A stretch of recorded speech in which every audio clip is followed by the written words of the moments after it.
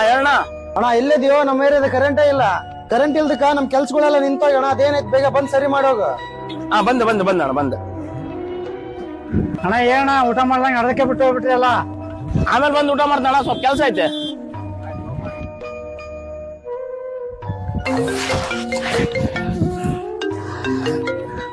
ಹೇಳಣ್ಣ.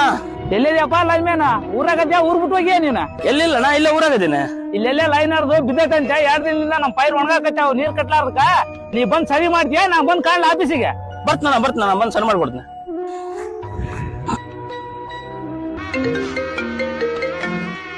ಹೇಳಣ್ಣ.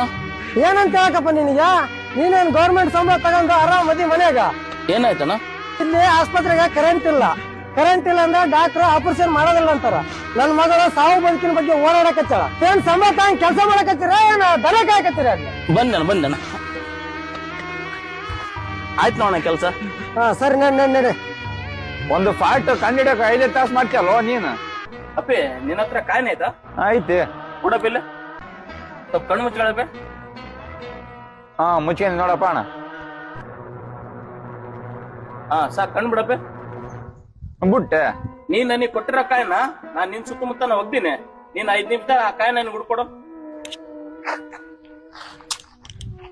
ಏನ ಎಲ್ಲೈತೆ ನಾವ ಸಿಗೋಲ್ದ? ನಿನ್ ಕಾಲ ಬಿದ್ದಿರ 5 ರೂಪಾಯಿ ಕಾಯಿನ ನಿನ್ 5 ನಿಮಿಷ ಹುಡುಕಾಗಿಲ್ಲ. ಇನ್ನು ಕಣ್ಣಿಗೆ ಕಾಣ್ಲಾರ ಫಾಲ್ಟ್ ನಾವು 90 ಹುಡುಕ್ಬೇಕಲ್ಲ, ಬಹಳ ಟೈಮ್ ಹಿಡಿತೈತಿ. ಅವಾಗ್ಲ ಏನ್ ಹೇಳಿದಲ್ಲಣ್ಣ, ಕೆಲ್ಸ ಮಾಡಬಿಟ್ಟು ದನ ಕಾಯಕ್ ಹೋಗಿರಂತಾನ. ಅಲ್ಲಿ ನನ್ ಮನ್ಯಾಗ ನನ್ ಮಗಳದು ಶ್ರಮ ಇದ್ರು ಕೂಡ ಅದನ್ ಬಿಟ್ಟು ನಿನ್ ಮಗಳ ಜೀವ ಉಳ್ಸಕ್ ನಾನ್ ಬಂದೇನೆ. ಅದನ್ನ ತಲೆಗಿಟ್ಟ ಮಾತಾಡ. ನೀವು ನಮಗೆ ದುಡ್ಡು ಗಿಡ್ಡು ಏನು ಕೊಡೋದ್ ಬೇಕಾಗಿಲ್ಲ. ನಾವ್ ಮಾಡೋ ಕೆಲ್ಸಕ್ ನೀವು ಮೊದ್ಲು ಮರ್ಯಾದೆ ಕೊಡ್ರಿ, ಅಷ್ಟೇ ಸಾಕು.